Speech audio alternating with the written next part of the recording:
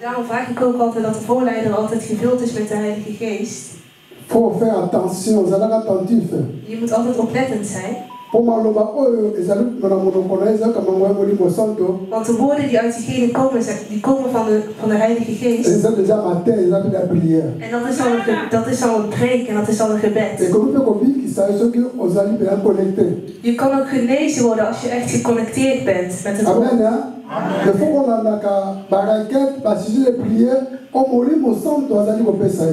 Dus je moet echt goed volgen wat de Heilige Geest hij leidt. Als je geconnecteerd bent met die woorden, word je al genezen. Omdat de voorleider al wordt geleid met de Heilige Geest, die de basis is van de gemeente. Amen. Amen. We hebben vandaag een thema die de Heer ons heeft gegeven. Het thema is prière de délivrance. Gebed van bevrijding. Prière de délivrance. Gebed van bevrijding. Gebed van bevrijding en van genezing. Amen. Amen. Amen. Amen. Ik ga onze ogen sluiten om dit moment in de handen van God te laten.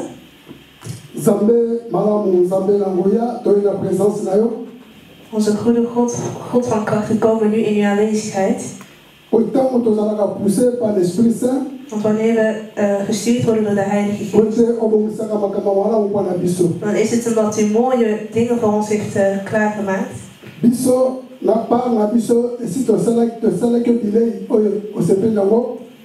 In ons deel hebben wij ook voedsel gegeven waar u blij mee bent. Uw voedsel is lofprijs en aanbidding. En nu is het ook onze toer en wij willen ook eten. Dus wij vragen u dat u ons ziel beschikbaar stelt. We nodigen de Heilige Geest uit om plaats te nemen in onze zielen. En ik neem de autoriteit en de kracht die u mij gegeven om alle penningen van de duivel, van moeheid en afleiding, allerlei slechte penningen van de duivel, die in onze gedachten komen zodat wij niet naar uw woord gaan luisteren. Maar ik kan het verjagen en het verdonen in de naam van Jezus Christus van Nazareth. Dat de Heilige Geest hier de plaats neemt vanaf het begin tot aan het einde. Tot aan het einde van deze dienst. Amen. Amen.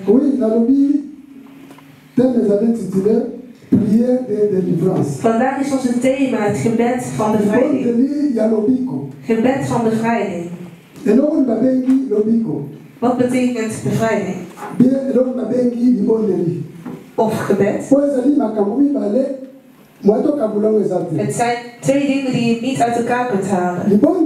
Gebed en bevrijding is aan elkaar geconnecteerd. Halleluja. Amen. We weten dat Jezus Christus, voordat hij zijn bediening begon, het eerste wat hij deed, was dat hij eerst ging bidden. Waarvoor ging hij bidden? Hij wilde bidden omdat hij gevuld wilde worden met de Heilige Geest. Want wanneer je gevuld bent met de Heilige Geest, vanaf je gebed, die geleid wordt tot de Heilige Geest, zullen mensen bevrijd worden. Ze worden bevrijd in geest en ook lichamelijk. Halleluja. Amen.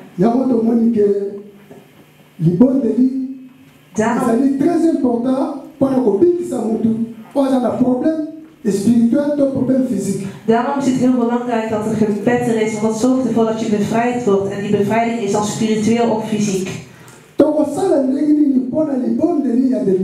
Hoe moet je doen om een bevrijdingsgebed te hebben? We zijn kinderen van God geworden.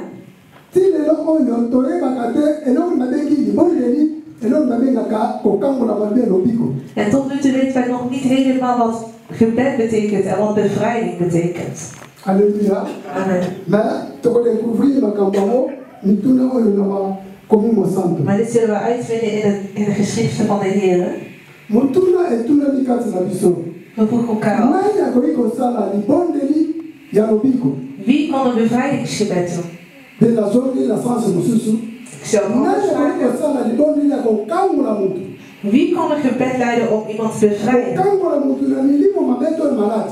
Om iemand te bevrijden van slechte geesten of van ziektes. Peut-être tokopesa réponse kati na biso moko. Als antwoord kunnen wij geven. Ekozala pasteur. Een pastoor. Ekozala évangéliste. Een evangelist. Ekozala prophète. Een profeet. Ekozala apôtre. Een apostel. Docteur. Een dokter. Mais soki tozongi na ngai na makomi. Maar als we echt naar de geschriften kijken. Als we al die versen gaan lezen, dan wordt het seminaris. Maar als je echt naar die geschriften kijkt,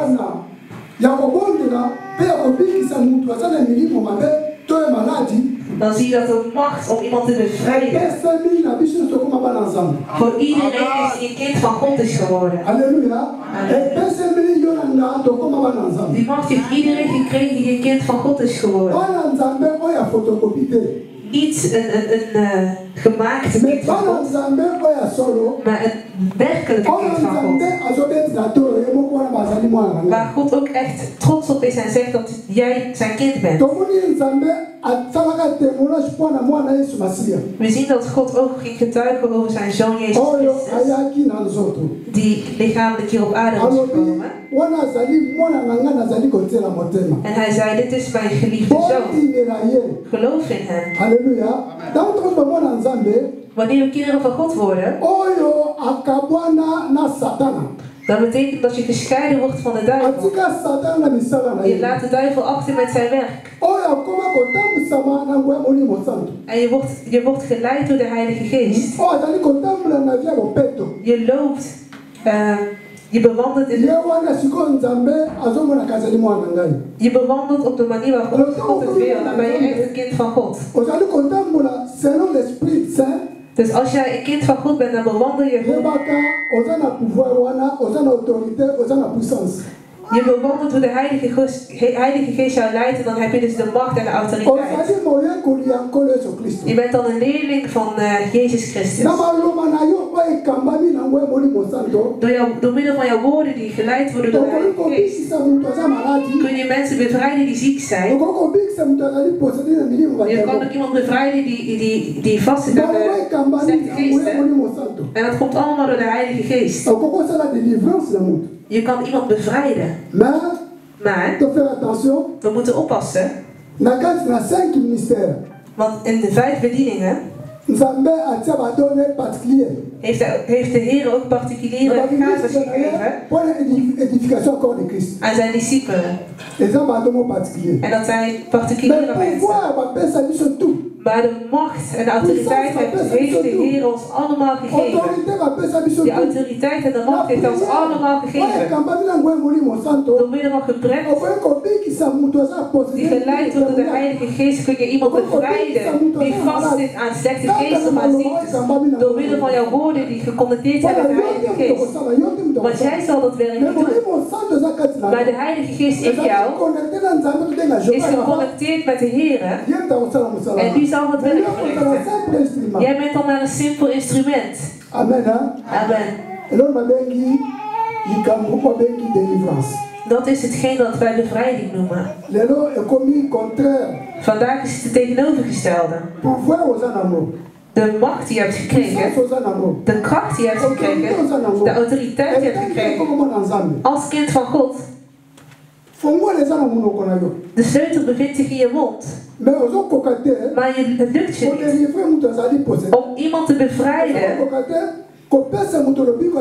die behekst is of die ziek is. Halleluja. Wij zoeken bevrijding overal. Maar jij hebt je eigen bevrijding in je mond. Je kan ook uitspreken en het wordt zo gedaan. Halleluja. Amen. Bevrijding. Het woord bevrijding. Soteria na Grek. In het Grieks zeg je soteria. Soteria in het Grieks. En het betekent Redding, zekerheid. Het betekent redding en het betekent zekerheid. En het betekent zekerheid. Dat heb ik dus gelezen in een Bijbelse woordenboek. Dus bevrijding betekent redding. Halleluja. Je hebt de sleutel in je mond. Spreek het uit. Je hoeft niet overal ter wereld te zoeken. Spreek het uit. En geloof. Als je bidt, dan begint jouw bevrijding al. Te opereren. In plaats van in de Sovjetische Unie te gaan kijken. Of in China. Of je gaat naar India voor je bevrijding. Maar dat is in jouzelf. Spreek het uit. En de rest is niet jouw taak. De rest is de taak van de Heilige Geest die in jou woont. Die is geconnecteerd met de Heer. En Hij zal het werk verrichten. Halleluja. Amen. Tous d'accord, Amen. Tous d'accord. Zijn jullie daarmee eens? Halleluja. Wanneer we lezen in het boek van Jesaja.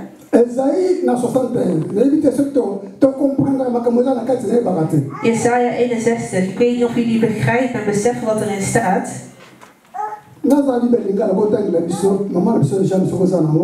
Esaïe, quelques passages Esaïe 61, à partir du premier verset. We gaan lezen in Jesaja 61 vanaf het eerste vers.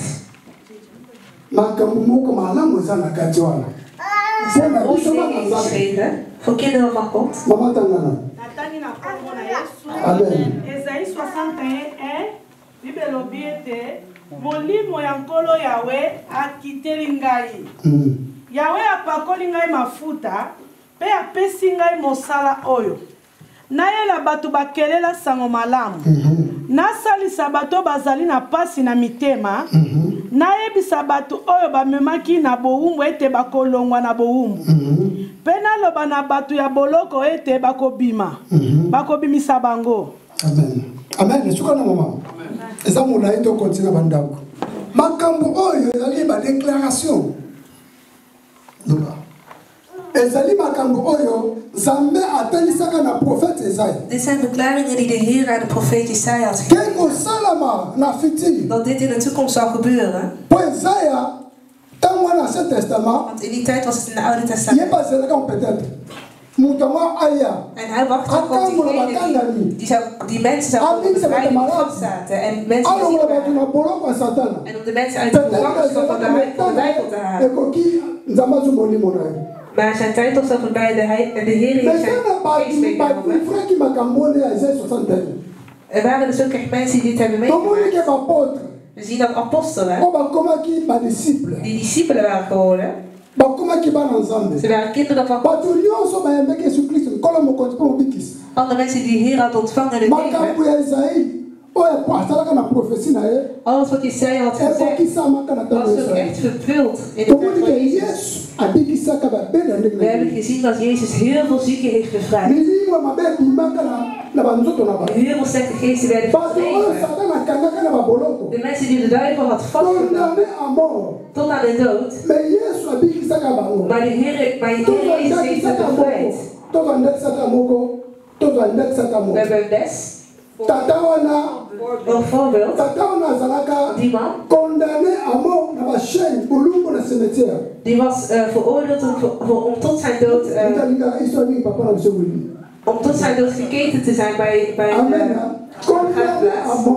tot aan zijn dood.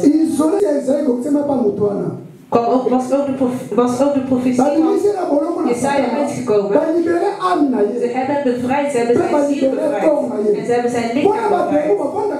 Want demonen die bevinden zich bij het ziel. Aangezien het geesten zijn, willen ze in de ziel zitten. Als ze niet vastketenen, is het hun plaats. Dan beginnen ze iemand te gebruiken hoe ze willen. Dus hij was helemaal gek. Ze hadden hem vastgeketen. Dus alle dingen die hij verlichtte, was hij zelf, waren demonen die hem gebruiken. Maar toen Jezus kwam,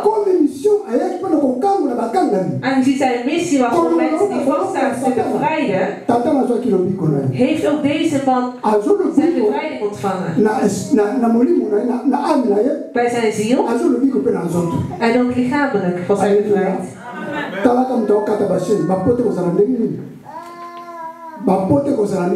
Hij was iemand die zelfs zijn eigen eten los kon maken. Wat voor wonden had die man? Wat voor wonden had die man?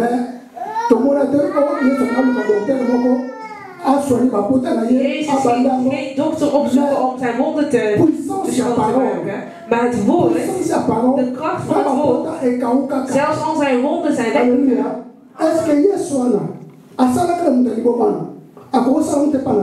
Als Jezus zo die man niet bevrijdt, zou hij dat niet bij jou doen? Zou hij dat niet bij ons doen? Halleluja. Donc délivrance. Dus bevrijding wordt verricht door de kracht van het woord. Wanneer we lezen in het boek, moeten we niet denken dat het oude dingen zijn. Als je het leest alsof het iets is wat nu gebeurt. Zeg want wat je leest dat het ook verricht wordt in jouw leven. Als u het ook heeft gedaan bij de meneer die gek was geworden, doe het dan ook bij mij. Wij hebben allemaal genade ontvangen.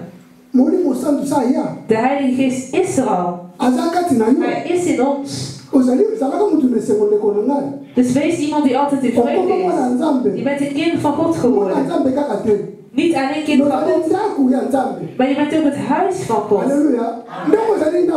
Je bent het huis van God. Waar gaat de demon nou wonen? Gaat hij vechten met de Heer? Want de Heilige Geest woont in jou. Jij bent de tempel van de Heer. De Heer zei in het Oude Testament: ik zal niet meer wonen in de tempel. Ik zal daar niet wonen. Ik moet mijn eigen tempel bouwen waarin ik zelf kan wonen. En dat is hoe wij zijn. Wij zijn gemaakt van Jezus. Als lichaam. Als leden van het lichaam van Jezus. Je bent het huis van God.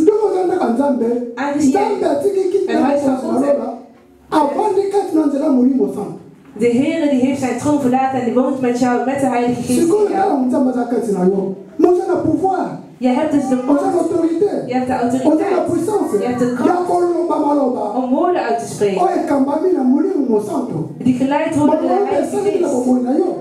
En het wordt ook vervuld in jouw leven of in het leven van jouw broeder of zuster. Halleluja. Wij zijn kinderen van God geworden. We zijn dienaren van God geworden. We zijn discipelen van de Heer geworden. We zijn huizen van de Heer geworden. Maar wij zoeken onze bevrijding heel ver. Bij je vader, bij je moeder. Het is bij een speciale gemeente. Halleluja. Maar wij hebben zelf die bevrijding. Spreek het uit. Amen. Wat er gaat gebeuren, jij bent niet degene die het gaat verrichten, maar de Heer zelf, die geconnecteerd is met de Heilige Geest in jou, zal die wonderen verrichten. Halleluja. Er zijn ook heel veel voorbeelden. Een kleine getuigenis zorgt ervoor dat wij intelligenter worden.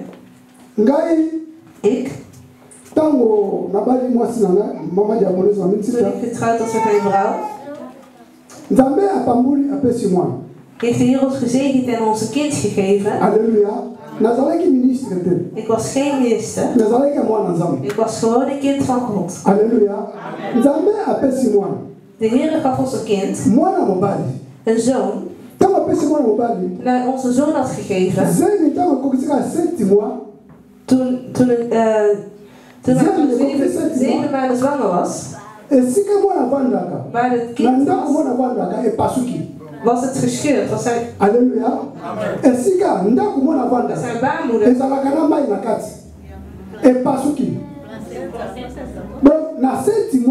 Dus bij 7 maanden, rond 3 uur 's nachts, Alléluia. Mama a commis kolela. begon zijn vrouw te huilen. Ik vroeg, wat is het probleem? On a tourné na mai, nevite sokini. Ik zie water. Alléluia. Amen. Ngadio promesate natal pena mai Yesu. Ik keek ook aan het was helemaal met water. Mais avant le téléma. Maar voordat ik opstond, là que le cobenga ambulance. Voordat ik de ambulance na tima bolo mona se.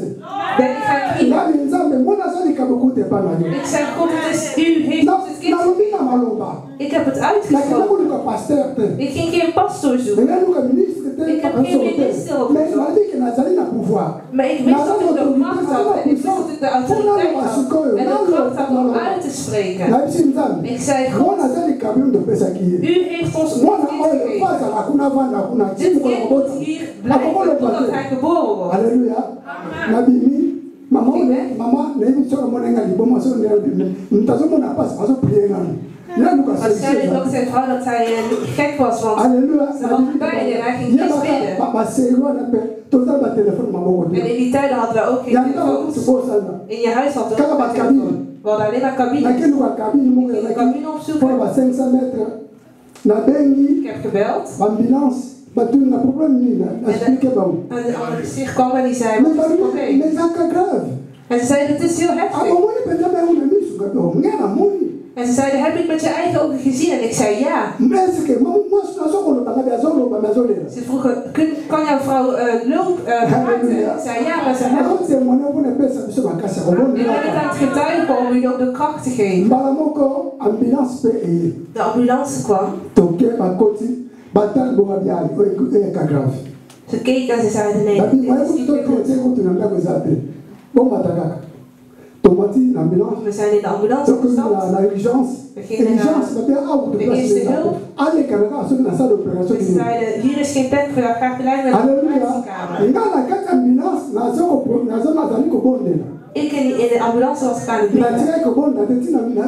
Ik bleef bidden totdat we uit het ziekenhuis waren gekomen. Ik zei, het kind... De dokter ging onderzoek doen. Ze zeiden, het is onmogelijk. Al het water is op. We horen dat het hart van de baby steeds klopt. Er is geen vruchtwater meer. Waar bevindt het kind zich? Zijn placenta is al... Waar is het kind? Wat houdt het vast? Dus de doktoren wisten niet meer wat ze moesten doen. Ze zeiden, meneer, vul deze papieren in, we gaan jou van opereren. Ik zei, nee, er is sprake van. Ik ga haar niet opereren. Mijn kind zal 8 maanden of 9 maanden in de buik blijven.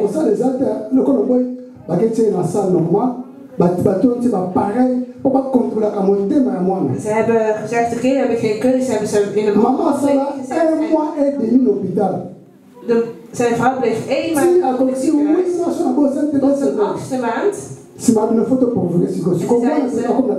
Nu mag het kind eruit. Alléluia. Dus als ik mijn getuigenis met jullie deel, ben ik naar te weten dat bevrijding echt in je mond zit. 8 maanden in het kind 8 maanden in was, zeiden ze nee. Nu mag het kind eruit. Maar de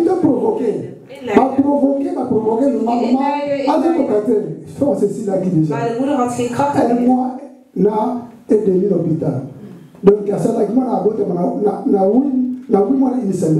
Dus het kind was geboren met 8 maanden. Ze had geen kracht meer, dus ze hebben toen keizersnee gedaan. Aangezien het kind toch wel groot genoeg is. En het kind was met 2 kilo en 800 gram.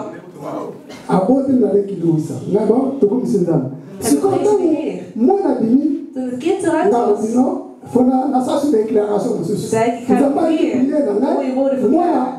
avant de sika azalaka samba ça le bomba kamona le nzamba batiraki mijn kind heeft zonder vruchtbaar et l'autre ça va qui n'a de fond à déclarer ceci ik zei ik zal weer aangezien de Heer luistert pas question pas de Césarien alle kinderen die hier komen gaat normaal worden zonder keizersnee. En alle andere kinderen die volgen zijn ook normaal. Er zijn veel getuigenissen, maar ik wilde jullie een voorbeeld geven van het gebed en bevrijding. We hebben gebed en bevrijding. Spreek het uit.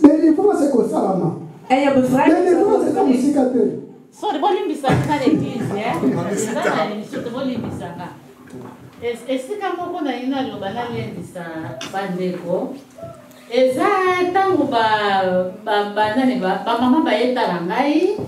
Kawana esala maka nde komoko na kati église tozalaka. Nde ka toza bo l'église pour ndano poche pasukiye bakena hôpital mwana wana kufa. Après tango esala milanga bato ba yetala nga babi ai uto sala milanga nde komoko to imba ni na Qur'an. Donde eza wana yombe esala milanga mwana ozala bo boyete. Tango siko ba ibisi nganga pena banga ki. Tango siko ba wa bini papa yi na ibisi papa biso ke sala make pa ndeko wana e pa na biso te. E pa na biso mwana agobota ma. Ton cas est différent. Mwana pe abotani. Na tango na bota ki 2 semaines pour na contrôler na konta ki tango na siki ba nzoto mike. 2 semaines sous mwana botani ne bien to ça sur 2 semaines après to bibi. Merci Bolim Bisanga. Non, c'est vrai que nous ne pouvons pas le kumu ezo na pa eso masia. Alors on est ça la biso ba nzambe. Alors on est ça la biso ba nzambe. Biso to koma ba nzambe. We zijn kinderen van God geworden. To tia pouvoir na biso pembeni. En we hebben onze macht. Autoriteit pembeni. Onze autoriteiten verzet. Oyo nkola pesa biso. Die de Heer ons heeft gegeven. Oyo so ndini. To marcher. Jezus zei. To marcher wapi? Dat we moeten lopen. La serpent.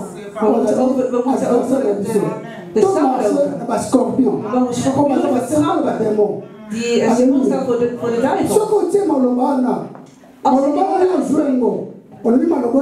En je zegt, dit zijn mijn woorden. Dan zul je de duivel niet vrezen. Je zult ook niet vrezen voor de woorden. Je zult ook niet vrezen voor heksen van je familie. Je zult ook niet vrezen bevrijding zoeken. Want bevrijding bevindt zich in jou. Halleluja. Maar dat komt dus doordat wij...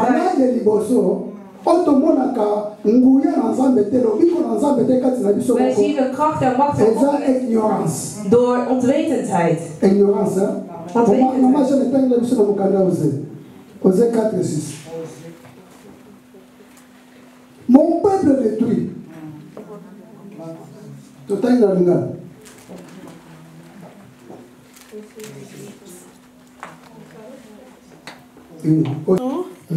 Batu na ngai bazali kokufa po mutu moko te azali kopesa bango mayele. Amen. Amen. Soukana maman, merci. Tozali kokufa. Kokufa ni nini? Wij sterven. Na ba probleem. Door problemen. Onze na fongola. Fongola ngozala. Je hebt de sleutel. Ndaku ya ngwana. Het huis is daar. Een poort pesa one kanama. Een poort is gesloten. Maar jij hebt de sleutel in je hand. Open die deur om naar binnen te gaan. Het regent. Het sneeuwt. Het is heel zonnig. Je hebt de sleutel in je handen en je kan niet eens de deur openen. Halleluja. Doe de deur open. Want je hebt de sleutel in je hand. Om alle neerslag te vermijden. Dat is als een symbool van problemen. Het zijn verschillende problemen. We hebben problemen. Als het spiritueel is, of fysiek, of gezondheid, of wat dan ook. Wat families die jou achtervolgen. Maar je hebt de sleutel in jouw hand. Je hebt kracht in jouw woorden. Salomon zei, Kufa, de dood, Het leven bevindt zich in je tong. Als je wil sterven, bevindt het zich in je tong. Als je bevrijd wordt, dan moet je het uitspreken. Halleluja. Dus onwetendheid is ook een hele heftige ziekte. Er zijn mensen die kleine goden en ze hebben onwetendheid. En ze zeggen dat een standbeeldje kan bevrijden. Als ze knielen voor een standbeeldje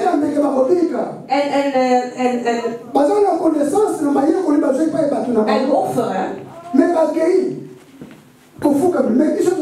knielen ze nog steeds voor een kleine beeldje. Maar wij hebben de werkelijke God die alles heeft overwonnen, die ons de autoriteit heeft gegeven, die ons de kracht heeft gegeven. En nog steeds zijn wij onwetend. En daarom heeft ons gebed geen kracht omdat wij in onwetendheid leven. Halleluja. Amen. Er was een pastoor die zei, God zei tegen hem in een visioen. Hij zei, zie je, die man die je bent aan het negeren, je ziet hem als een nietsnut.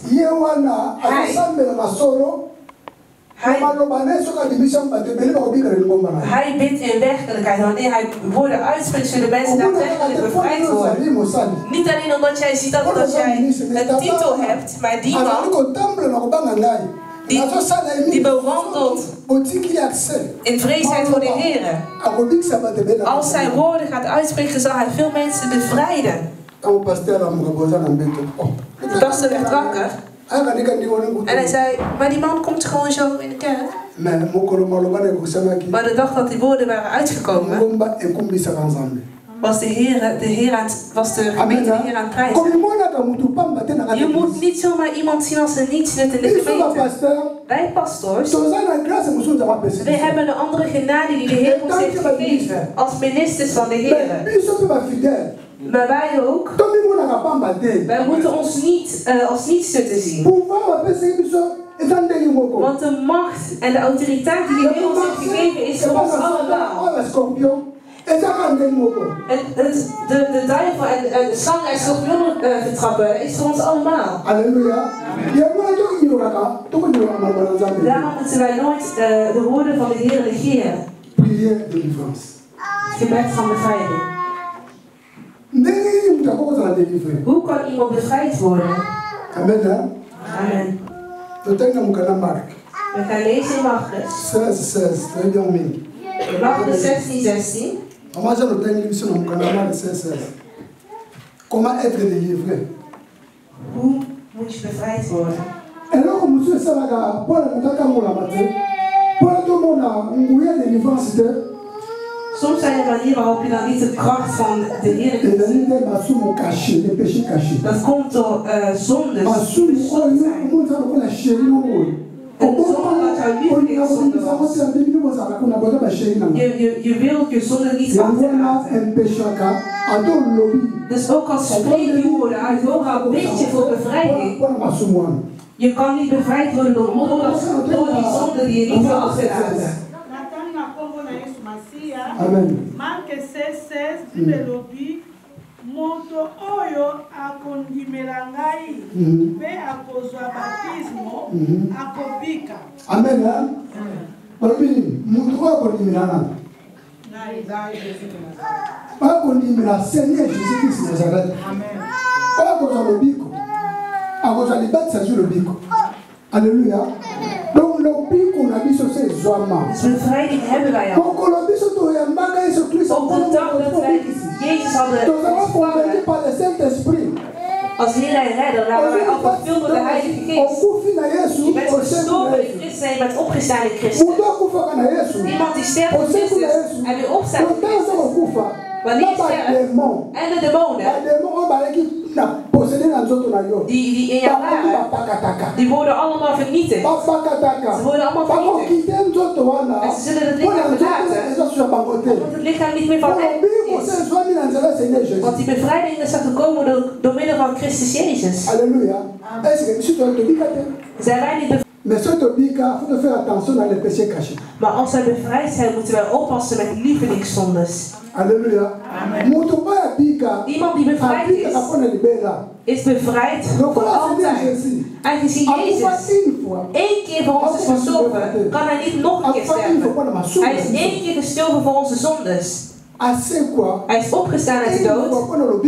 En dat was ook 1 keer voor onze zondes. Halleluja. Hij is 1 keer gestorven. En heeft al onze zondes meegenomen.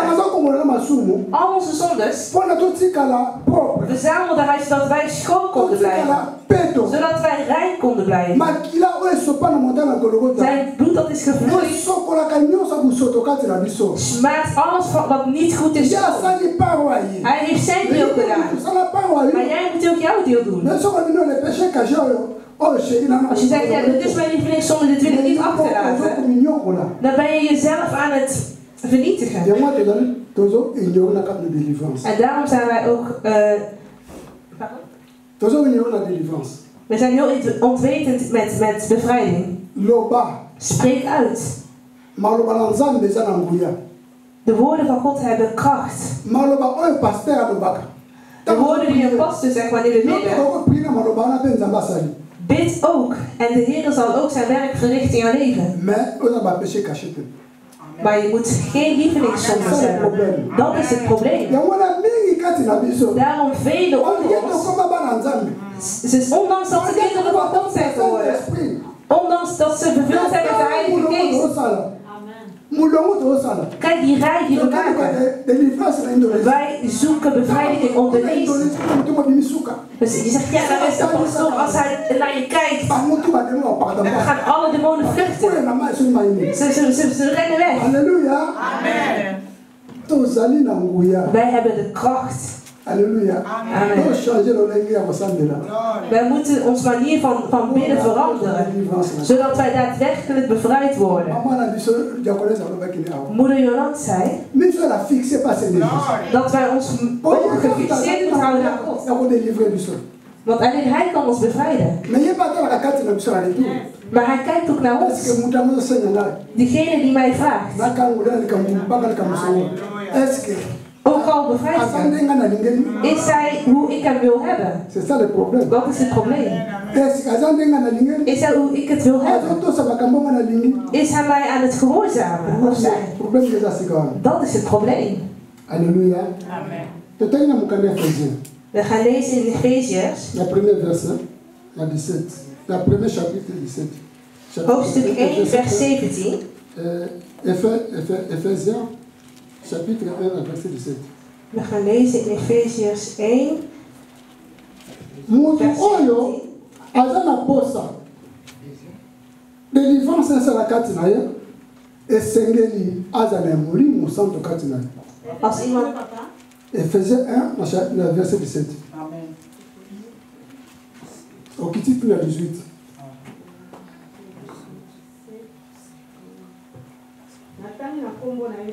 Amen. Nasengaki Nzambe ya nkolo na biso Yesu Kristo. Tata ya lokumu nyonso. Atondisa biso na mayele pe alakisa bino ndenge ye azali. 18. Nasengaka ye ete amonisa bino polele bolamu oyo abengela bino pe bomengo ya suka te oyo abombela bato na ye. Amen. Amen. Amen. Oza makomi ya apôtre Paul. Zijn geschriften van apostel Paul. Apôtre Paul azalaki moko ya ba sali na Nzambe. Hij was een van de dienaren van God. Nzambe asopelaka ba don. Waarvan God hem heel veel gaven had gegeven.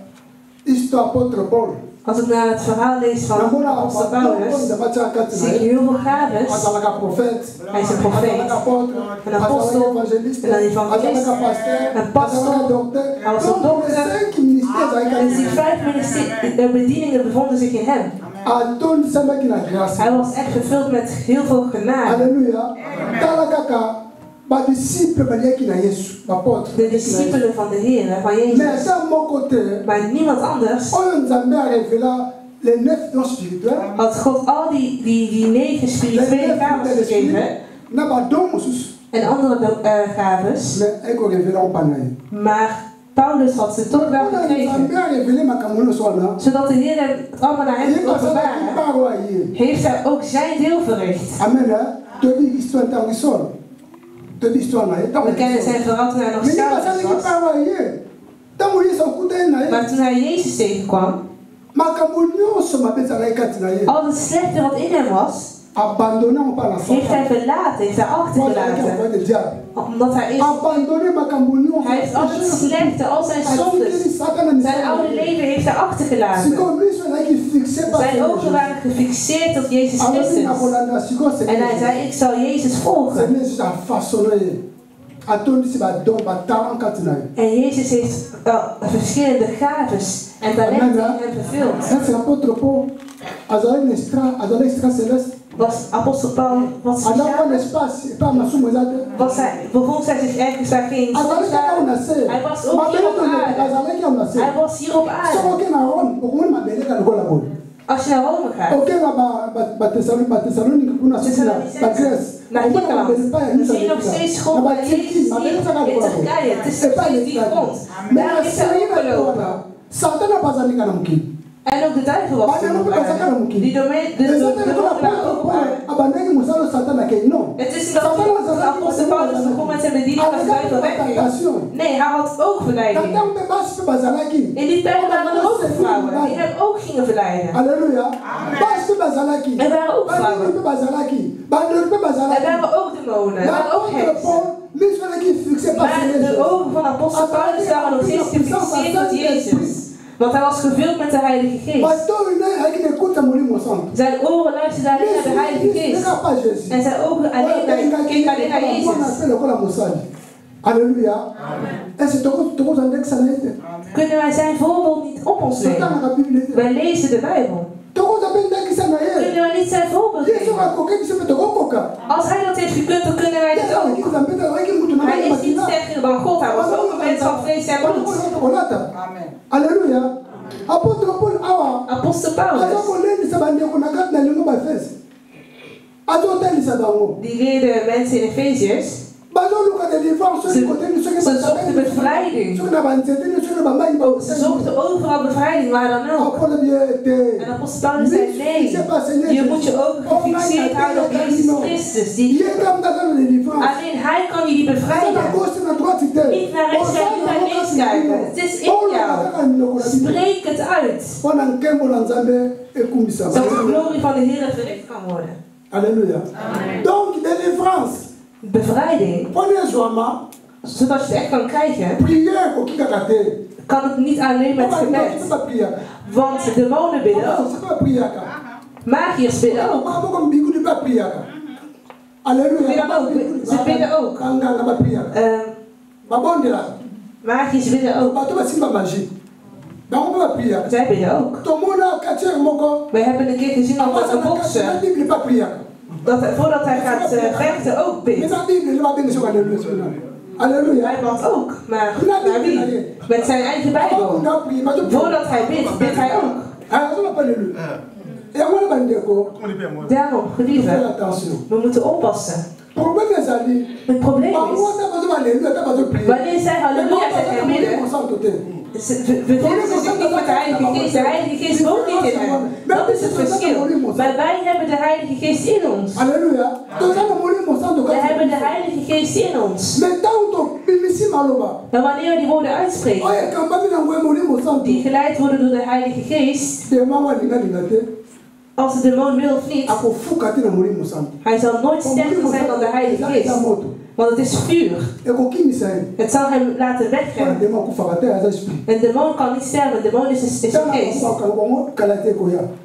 Hun tijd komt bijna dat ze niks te kunnen doen. Een demon kan niet sterven. Het is een geest. Jezus heeft de demonen verdreven, maar hij heeft de demonen niet want hun tijd dat ze vast worden geketend is nog niet dus aangezien jij de kracht hebt en de autoriteit hebt en de Heilige Geest hebt, kun je bidden Voor je man, voor je kinderen, voor je vrouw, voor je familie. Die woorden die geleid worden door de Heilige Geest zullen iemand bevrijden en diegene kan ook genezen worden. Halleluja. Amen. Ik geef een klein voorbeeld. Ik was geen pastor. Maar Jezus heeft naar mij geluisterd. God luistert naar ons allemaal. Als wij bewandelen hoe Hij wil dat wij wandelen, zal Hij naar je luisteren. God zegt naar oren. Die zijn niet verstopt. Amen. Mijn oren zijn niet verstopt om jullie niet te horen. Het probleem is zijn onze zondes. Dat zorgt ervoor dat de Heer zijn werk niet kan verrichten in jouw leven. Al die lievelingszondes die je niet wil achterlaten. Bid. En met de Heilige Geest, heel veel de Heilige Geest zul je het zien. Ik heb jullie al een getuigenis gegeven. Ik had een nichtje.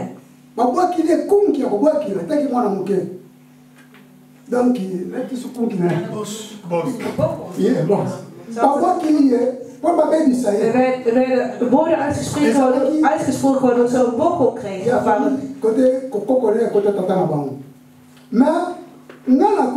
Ik kwam. Ik zag mijn nichtje. En ik zag dat ze gebogen ging. En ik zei, maar ik kom hier al, ze is ook zo. Want ze hebben woorden uit mijn ogen uitgesproken en ik heb nu een bochel. Ik wist dat het spiritueel was. Het was niet normaal. Want mijn nichtje was niet zo geboren. De dokter kan ook niks doen. Ik zei, dit is spiritueel. Ik zei, zus, we moeten bidden. We hebben gebeden. En de Heer heeft oren waarin ik geloof. Hij zal zijn werk verrichten. De geest die ervoor zorgt dat zij een bochel is en dat ze gebogen terug heeft, moet weggaan. Ze vroegen, ben je magier? Ik zei, ik ben geen magier, ik ben een kind van God. Ze zei, oké, we gaan allemaal gaan we bidden. Ik was aan het bidden voor kracht van de Heer. En ze ging naar een magier en die magier heeft die demonen verdreven. Halleluja. Ze heeft nooit gezegd tegen mij dat ze naar een magier is gegaan, maar die demonen werden verdreven door een magier.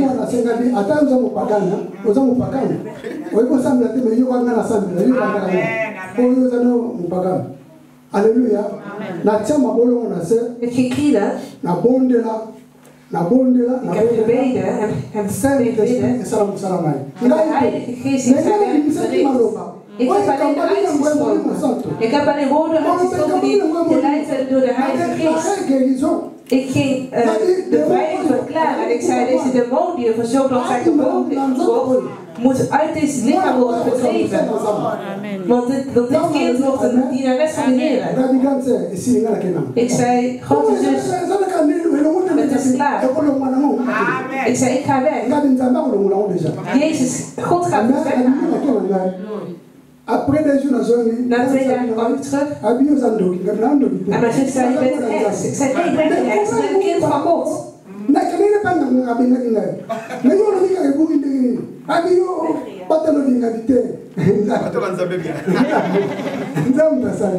Halleluja. Als wij getuigenis doen, is het zo dat wij als kind van God elkaar kunnen helpen en ons kracht kan geven. Je hebt de kracht, je hebt de autoriteit, je hebt de sleutel in jou om mensen te bevrijden, om mensen te het enige wat je te doen is uitspreken door middel van de Heilige Geest. We hebben het over apostel Paulus. En hij zei tegen de gemeente van Efeziërs, die dit moeten laten dat de Heilige Geest zijn werk doet. Wanneer jullie woorden verklaren, zullen jullie bevrijd worden. Halleluja.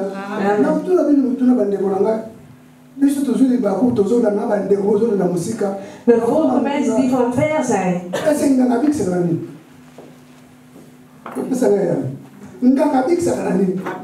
Hoe bevrijdt de magier?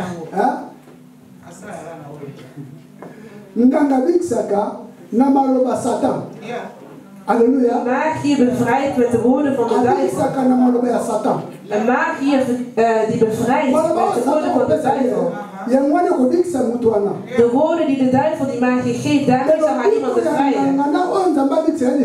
Maar de bevrijding van de magier en de bevrijding van God zullen nooit hetzelfde zijn. Een magier doet alleen maar na. Hij kan een ziekte uithalen uit de persoon en in iemand anders stoppen. Maar wanneer God iemand bevrijdt, is het voor altijd. Halleluja. Wanneer God iemand bevrijdt, is het voor altijd. Hij zal nooit iets wat in mij zit in iemand anders zetten. Dat is het verschil. Want zij hebben niet de Heilige Geest. Zij hebben niet de Heilige Geest in zich. Maar wij hebben de Heilige Geest in ons. Daarom, geliefden, om te eindigen, het advies dat ik jullie wil meegeven voor bevrijdingsgebed is dat wij allemaal dit moeten beoefenen. Het probleem is, je zoekt voor bevrijding in andere landen, in andere gemeentes. Maar jij hebt zelf ook Jezus. Jij hebt zelf ook de Heilige Geest. De God die jij hebt, waar je bevrijding zoekt, daar hebben ze nog steeds dezelfde God. Zou God alleen maar bij hun weg en niet bij jou? Kijk naar jouw leven.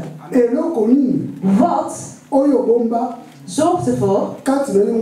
Wat is hetgeen wat jij verbergt, waardoor jouw bevrijding geen effect heeft in jouw leven? In de geschriften van de Heer staat dat niets onmogelijk is bij God. Niets is onmogelijk bij God. Bij God is niets onmogelijk. Halleluja. Amen.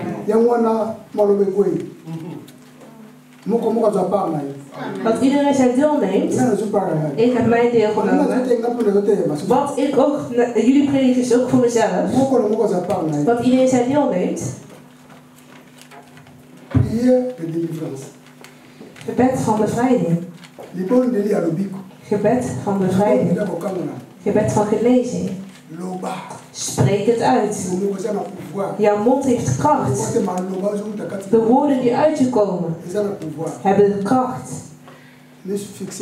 En fixeer je ogen op Jezus. Ik ben altijd blij over David in Psalmen.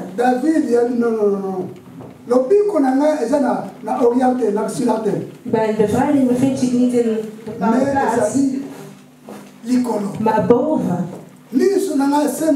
Mijn ogen zullen altijd naar boven worden gefixeerd. Mijn bevrijding, dus wanneer hij bidt, spreekt hij woorden uit. Hij zei, mijn bevrijding is alleen bij Yahweh, die de Heer en de aarde heeft geschapen. Hij heeft meer kracht en macht en autoriteit dan demonen en de duivel. De Heer heeft ons genade gedaan. Hij is door middel van het kind gekomen, zodat wij geconnecteerd konden zijn met hem. Hij heeft zijn werk verricht. Hij is weer teruggekeerd naar boven. En hij zei dat hij ons niet alleen zou laten, waardoor hij de Heilige Geest heeft laten neerdalen voor ons. En de Heilige Geest is altijd met ons. Kniel en bid. De Heer zal naar je luisteren en dan zal zijn werk verrichten in jouw leven. Dat de Heer ons zegent.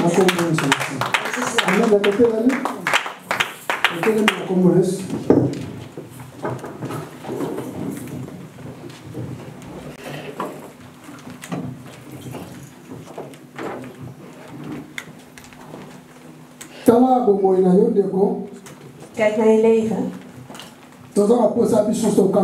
We willen allemaal bevrijd zijn. De gemeente is een plaats waar wij onze bevrijding krijgen. Vroeger gingen ze altijd naar een bepaalde water in Bethesda. Dus als mensen families hadden die sterk waren, werden ze opgestuurd om in het water te gaan. Dan kwam er een engel en die zou alleen degene bevrijden die als eerste in het water viel. Maar die kracht heeft de Heer ons allemaal gegeven. Jezus Christus heeft de plaats overgenomen van het water van Bethesda. Hij heeft ons de kracht gegeven om te spreken. En wij zullen bevrijd worden. We zullen doorgaan met bidden met moeder Jolande.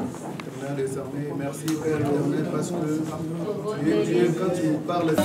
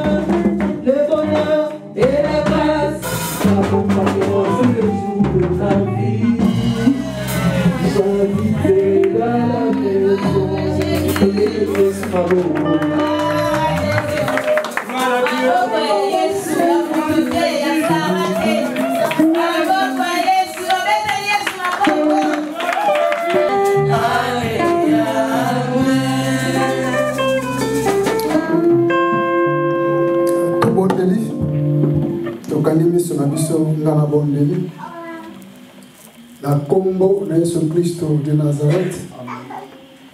Kolo na bankolo mokonzi na bakonzi. Toyaki liboso nzambe papa oyo akambaki biso na nguya na molimo santo. Na biso moko toyaki lisika de nzambe. Poussé par molimo santo na nzambe olongolaki biso na bandako. Totambolaki na mituka na moyen de transport na makolo mpona tokoma lesika. Sambe tolobi no merci. Koyala biso obatelaki moko na moko makama nyonso momona certaine efandaki kimia. Yango wana toyaki na sika oyo biso nyonso basanto tokutelelaka mpona gloire na yo. Tosili kokumba biso na banzembo, tosili kokumba biso na maloba. Et en revanche, quand nous avons pu de la parole, nous avons toujours battu les signes. Tu as qui imité ma vie, mais tu as dit rempli. Tu n'as pas mouru au Tokota dans nombre de temps. Tu as dit qu'il y a un baiser en deux. Mais mettre les tours de silence, mais c'est fou du sang. Et c'est belé. Et moi, encore, tu dis merci. Merci pour te dire que tu as dit que tu as dit et si tu as dit que tu as dit que tu as mais nana na kondima zambe bandaki na biso na koya okokoba na biso na kozonga okokomisa biso bandako awana nzambe tolobilo merci ote moko na moko kati na biso abimi na kati na esengo wana bato nyonso bayaka pa na yo babimaka na esengo oyo pa na yo zali nzambe ofulisaka bato ekleraka yango tolobilo merci na liloba oyo etindaki parole na nzambe oyo talisi biso mokalelo ozana bosela nzambe ebike mungu na satan na nzinga oyo azali kolonde lokola lion oliko banani ya kofungula bango porte bafenêtre kwa biso akota ya biso nzambe tosengi molimo santo oyo eza kati na biso molimo santo oza kati na biso kanga madusu nyonso mungu na satan ozapesa okotila te kanga madusu nyonso bandeko nanga basi mpe mibali afin ke maloba oyo opesi biso otindili biso ezwa place ebote bambuma nango tozala bato oyo tokozala na vie de prière wana badelivrance ya bafamille na biso wana badelivrance na biso moko wana badelivrance mpe bata mboka yango na nzambe esunga biso pesa biso kosana zeli wana kokumbisaka yo zeli wana koyaka na présence oyo ntango nyonso nkolo papa merci tozali kozonga oyaki na biso zonga na biso azali convoqué puissance à l'essence efinika biso comme couverture ebomba mituke kotambola na biso ebomba omonisi de transfert kozonga biso na ndako efinika yango afin ke mongo na satana akoprouve baakisele besida emona biso te nzambe toyaki na kimia tozonga mpe na esengo papa toyali kotika poso toyali kobanda lobi ya liposo bandeko nanga basi tomeme bakele misala bana baki na bakelasi yango na nzambe nazali kosenga na kombo na Yesu Kristo bana nzambe bopambola mabwana aposo libanda lobi misala na bino ezala beni banzeli sepambola mabana bazala beni bana bakende mala bazonga malamu bandako bana batonza na bwana mpe mayele na kelasi bazala distingue kolo tozali kosenga poso ya lobi ezala poso moko béni ezala kime mpe esengo bandeko na ngai nyonso ya basi mibali oyo bakoki koya te nzambe bapambolaka mpona dimanche tomona bango na kombo yesu kristo papa nazali kotika sanza oyo tokoti octobre kolo ebandi malamu ekopa mwana mpe esuka mwana bana nyonso eglise elamete emmanuel na bafamile na biso nzambe po te batiki koglofe kombola novembre mpe na décembre totiki suka mbola oyo maboko no baplane nyonso mongo na satan azali koplanifie kopesi biso fongo na koprie ya koluka délivrance yango wana tosengi bandoki nyonso bafamile na biso oyo bazali kosala baplan na bango mpo na biso mpo na bafamile na biso na fongo opesi biso na maloba na nzela priere tokangi banzela nyonso tu tokangi yango na kombo yesu kristo bakoluka bafamile nyonso bakomona bango te bakomona moto kopela kati na bafamile na biso mpe bakila kozimela bafamile na biso nzambe mabulu bakotika bango bakwela kati mabulu na bango bakosala mitembo bakwela kati ya mitembo na bango kolo topambo tokudisi merci tobatlesengo pambolama tokolela pambolama mpa tokolia kontinue basante na biso totikili reste entre tes mains po tosengaka ndambo ebele eza pa na yo kokisila biso tosengi nkolo onde losambo tobondi na komikitsa basanto nyonso bana nzambe tolobi gloire et louange à toi Seigneur Jésus-Christ de Nazareth. Gloire et louange à toi Seigneur Jésus-Christ de Nazareth. Amen, amen, amen.